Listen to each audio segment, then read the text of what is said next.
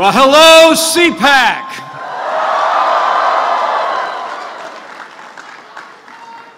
And thank you to my wonderful wife, Karen. Isn't she something? A teacher, an artist, a Marine Corps mom, and the Second Lady of the United States. Would you give Karen one more round of applause for all that she does for the cause and the country? And it is great to be back at CPAC 2018, the largest gathering of conservatives in America every single year. Thank you all for being here. And before I begin, talk about the progress we've made, allow me to take a moment to address what I know is on all of our hearts this morning. The terrible attack that claimed the lives of 17 Americans and injured more last week in Parkland, Florida. In America, we mourn with those who mourn and grieve with those who grieve. Yesterday, President Trump and I met with the family of Meadow Pollack and other students and families reeling from the attack in Parkland. We also met in the White House with families from other communities who've experienced the same violence firsthand. And as the President said, we'll never forget it. We prayed with them. We listened to them as they poured out their hearts. As the President has said, no child, no teacher should ever be in danger in an American school.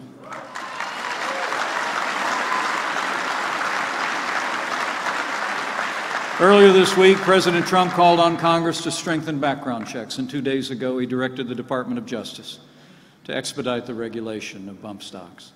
Later this week, when the President meets with the nation's governors in our nation's capital, we'll make the safety of our nation's schools and our students our top national priority.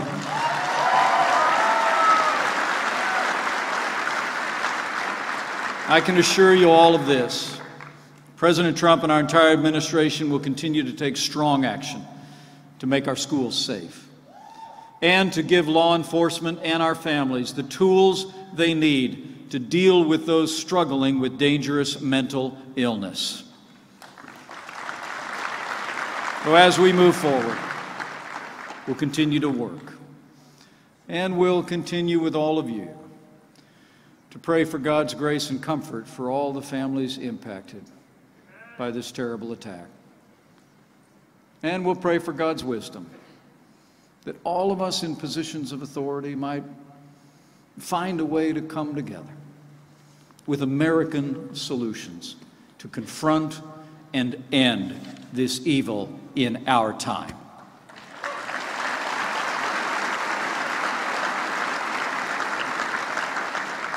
So thank you. It is great to be back at CPAC. And I stand here today with profound gratitude to say that because of all of you, because of the conservative majorities in Congress that you helped elect, and because of the strong leadership of the President you put in the White House, 2017 was the most consequential year in the history of the conservative movement.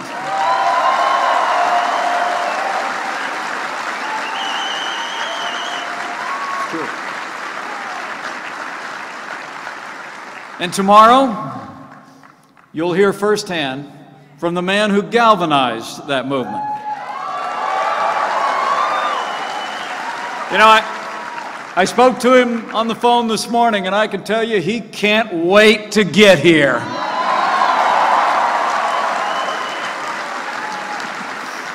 The man who won a historic election, the man who's been delivering on the promises that he made every day since, the 45th President of the United States of America, President Donald Trump.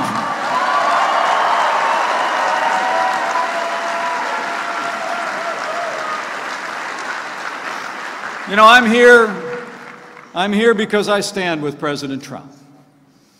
I'm here because we stand with the conservative movement. And come to think of it, we always stand for our flag and our national anthem as well.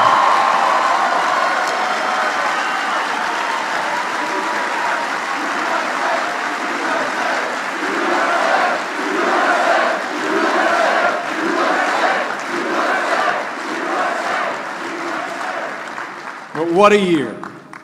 You know, when President Trump addressed you last February, he declared in his words that our victory was a victory and a win for conservative values. And so it was. And now he and I are both back here at CPAC this week to thank you for everything you've done to advance our cause. Because of your support in this past year, it's been a year of action. It's been a year of remarkable results. In a word, it's been a year of promises made and promises kept.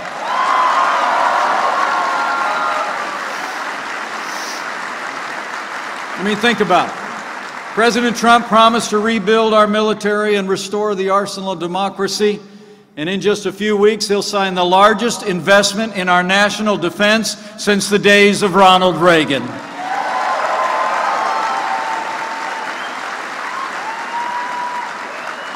He promised to stand without apology for the men and women of law enforcement, and today we're once again giving those peace officers the respect and the resources they deserve all across America.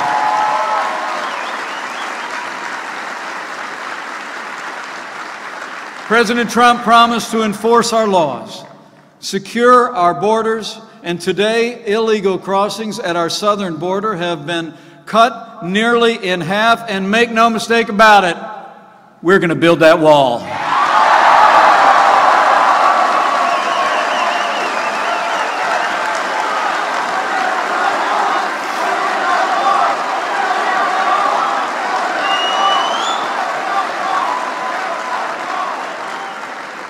He promised to appoint strong conservatives to the federal courts at every level, and President Trump came through. He appointed Justice Neil Gorsuch to the Supreme Court and set a record for the most circuit court judges appointed in the first year of any administration in history.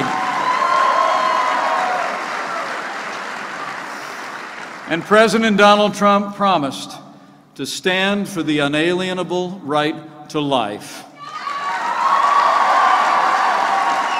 And from the first day of this administration, he reinstated the Mexico City policy, and I was honored to cast the tie-breaking vote in the Senate to send a bill to the President's desk to allow states to defund Planned Parenthood.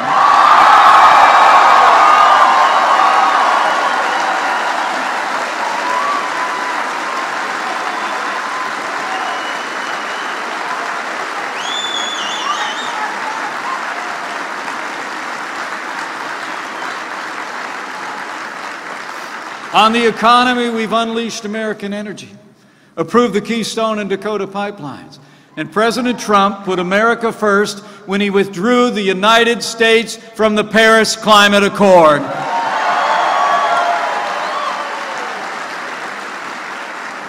And we've been busy rolling back the heavy hand of government as well. This president has actually repealed 22 regulations for every new federal rule put on the books. And finally, President Trump promised to cut taxes across the board for working families and job creators. And 2 months ago today, President Trump signed the largest tax cuts and tax reform in American history. Promises made, promises kept.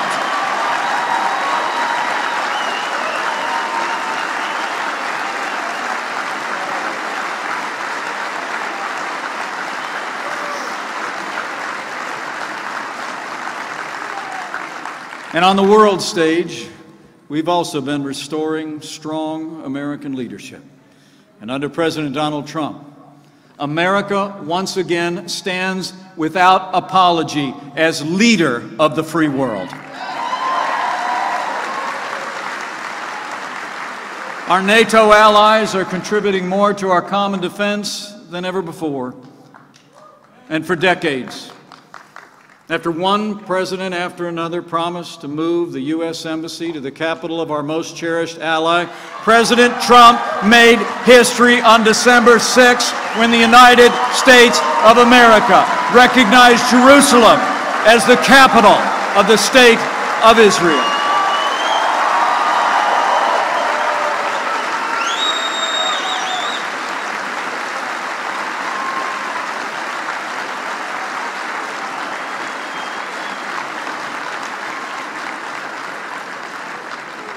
So we've stood with our allies, and we've stood up to our enemies. And nowhere is that more true than in the fight against radical Islamic terror. Under this Commander-in-Chief, we've taken the fight to the terrorists on our terms, on their soil. Thanks to the courage of our armed forces and the leadership of this Commander-in-Chief, ISIS is on the run, their caliphate has crumbled, and we will not rest or relent until we destroy ISIS at its source, so it can no longer threaten our nation, our allies, or our way of life.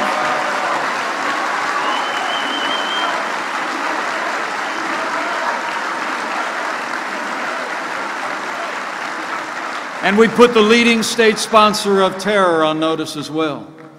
The United States will no longer tolerate Iran's destabilizing activities across the region, and this country will no longer certify the disastrous Iran nuclear deal.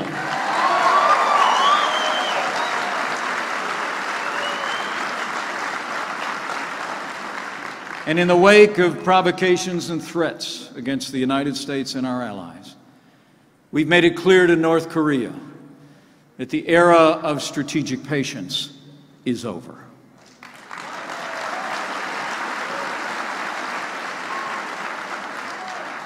Two weeks ago, I was honored to lead the official delegation to the opening ceremonies of the Winter Olympics in Pyeongchang, where we cheered on Team USA. But as you all know, many in the mainstream media seem quite taken with another dignitary.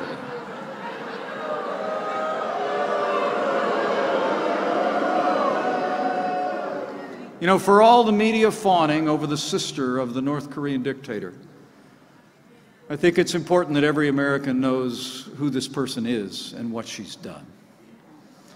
The sister of Kim Jong-un is a central pillar of the most tyrannical and oppressive regime on the planet. An evil family clique that brutalizes, subjugates, starves, and imprisons its 25 million people.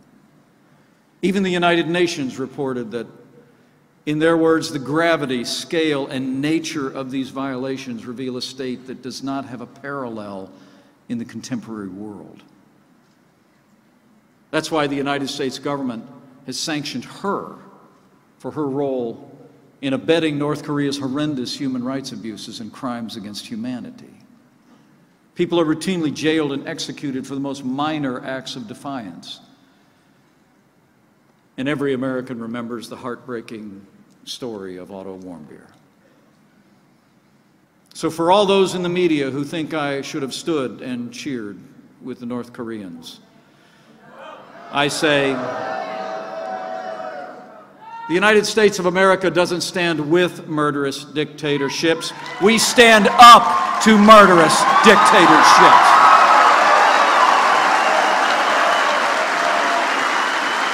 And we will keep standing strong until North Korea stops threatening our country, our allies, or until they abandon their nuclear and ballistic missiles once and for all.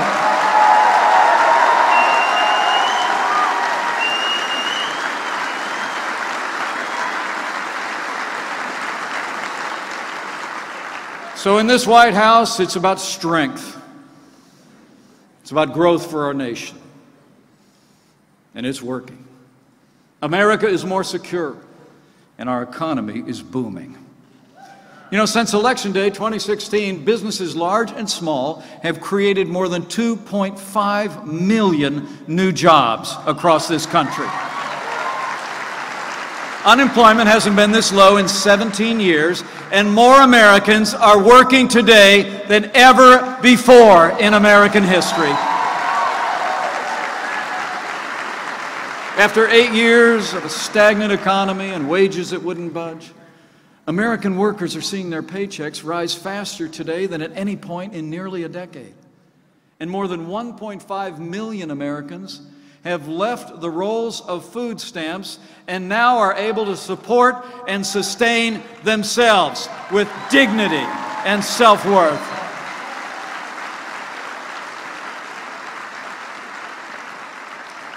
But I know in my heart that the best is yet to come, because as we speak, our economy has already started to feel the effects of that historic tax cut. About 90% of working Americans are going to get a tax cut. Millions are already seeing more money in their paychecks and feeling it in their wallets. And we didn't just cut taxes on your income. The Obamacare individual mandate tax is gone.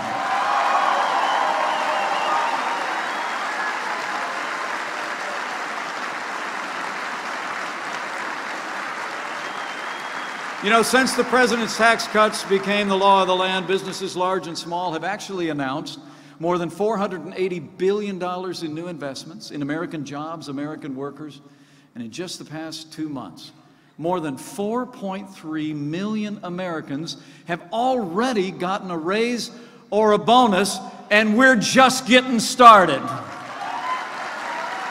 Folks, that's great news. That's great news. But not everybody thinks it's that big of a deal. I don't know if you heard, but the woman that wants to be Speaker of the House again, Nancy Pelosi, said, she actually said the tax cuts would be Armageddon before they pass. But just a few days ago, she said it was unpatriotic to let the American people keep more of what they earn. But most amazingly of all, she keeps saying that a $1,000 bonus for working Americans is nothing more than crumbs. Well, let me remind all of you, I come from the Joseph A. Bank wing of the West Wing of the White House. Okay. All right. I mean, seriously, folks, when our kids were little, we had a term for another $1,000 in our paycheck at the end of the year. Christmas. You with me? I mean, these bonuses have meant real money. They've helped working families all across this country with pay raises that are generating opportunities even as we speak. And I want to say from my heart, any leader who says that $1,000 in the pockets of working families is crumbs is out of touch with the American people.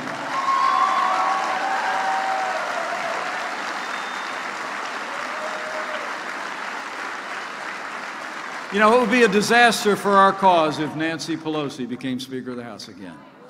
But we're not going to let it happen. But this movement should know it's a very real threat, because the other side knows exactly what's at stake between now and the end of this year. The far left has watched with dismay as we've dismantled the liberal legacy of the last administration and turned this country around. And they're doing everything they can to try and win back the Congress next November. I mean, we don't have to wonder what would happen if the party of Nancy Pelosi and Chuck Schumer won the House and the Senate this November, do we? I mean, remember the last time it happened? I do. I was actually there the last time Democrats ran the Congress, and they nearly ran America into the ground. They raised taxes, they cut the military, they tried to pass cap and trade, they gave us Dodd-Frank and the Obamacare nightmare. I mean, they thought they could borrow, spend, and bail their way back to a growing America. In the past few years, Democrats have only fallen further to the left. Their platform, as we all know, can be summed up in one word: resist. resist our policies, resist our president, and resist the results that you and I and our entire movement have fought so hard to achieve. So it's up to us to stand up to them and stand up for the American people and the progress that we've made. But the other side is motivated. They're mobilized. So today, to the men and women of this conservative movement, I want to admonish you. Let this be the day that we, as a movement, decided to deliver another victory for the American people in 2018. I mean, we threw out the playbook in 2016, and we're going to throw it out in 2018. If all of us do all that we can from this day forward, I know we'll continue to achieve historic victories for our movement and for America. You know, the choices that we make in the days ahead, the promises that we make to one another, and the actions we take will shape our nation for generations to come. So today, on behalf of President Trump and our entire administration, I'm asking every member of this movement to go back home to your communities, to your workplaces. Talk to your families, your friends, and your neighbors. Tell them what they don't hear in the media about everything that we've accomplished. Tell them how the policies the president's advanced are making a difference in the lives of American families and enterprises and in the life of our nation. Tell them we've cut their taxes and put more money in their pockets. Tell them we're restoring American strength at home and abroad so their families can sleep safe at night.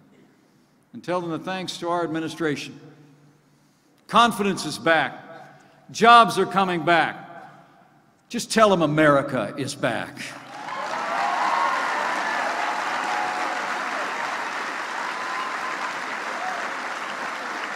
And as we prepare for the challenges ahead, let's remember, progress is driven by the people who show up. Your president and I need you to show up. Defend all that we've accomplished and all that we have yet to do. We can't turn back, men and women. We can't give anything less than everything. America's counting on us. But I know in my heart that we'll come through. And you'll come through for this country once again. I've seen the courage and conviction that defines the men and women of the conservative movement all my life. And I see it in your faces this morning. I mean, my friends, the truth is we live in a time of widening challenges and unknowable threats. A time of too much division and too much anger in America. You know, it seems like we're becoming more and more disconnected from each other. Too often unable or unwilling to meet our fellow citizens where they are, to do what the president did yesterday, just to listen to one another in a spirit of humility and respect. And increasingly, it seems like we've lost sight. We've lost sight of who we are as a people, that the truth is, here in the United States of America, it's true today and it's always been true, that there will always be more that unites us than will ever divide the good and great people of this country.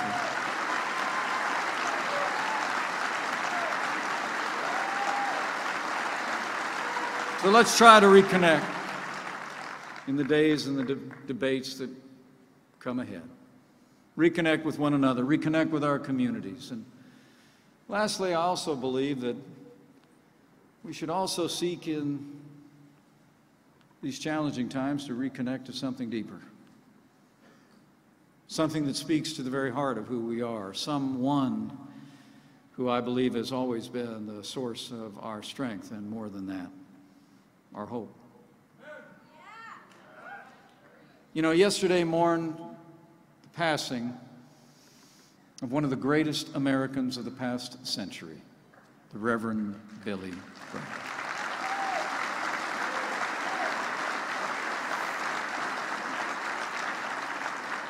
We remembered his ministry, a ministry for the gospel that changed the lives of millions. And we remember his matchless voice that inspired our nation during some of our darkest times. I remembered one such time just yesterday. His words at the National Cathedral 17 years ago. Words spoken just 3 days after the worst attack on American soil since Pearl Harbor. I was there as a first-term member of Congress, and I'll never forget what he said. On that day, Billy Graham said to the American people, "The spirit of this nation will not be defeated." But he admonished Americans to, in his words, come together to confess our need for God. He said, "We've always needed God from the beginning of this nation, but today we need him especially." And he reminded us that the Bible says, God is our refuge and strength, an ever-present help in trouble. Therefore, we will not fear. And so with that admonition in my heart, I close today with faith. Faith in the boundless capacity of the American people. Faith in the president and the leaders they've elected to represent them at every level. And with that other kind of faith, what Billy Graham called hope for the present and hope for the future. That in the days ahead, as we work to advance our cause, restore our country, let us also remember to claim that hope, remembering those ancient words that if his people, who are called by his name, will humble themselves and pray, he'll hear from heaven and he'll heal this land, this one nation, under God, indivisible, with liberty and justice for all.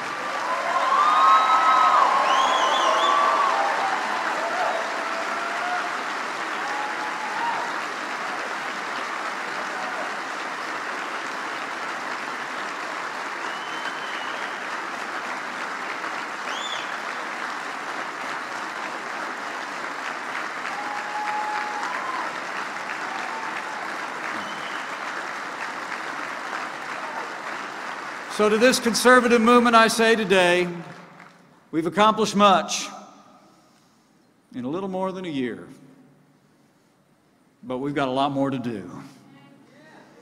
With the renewed commitment of this rising generation, with the support of strong conservative majorities in the Congress, with President Donald Trump in the White House, and with God's help, I know we will make America safe again. We will make America prosperous again. And to borrow a phrase, we will make America great again. Thank you very much. God bless you all, and God bless the United States of America.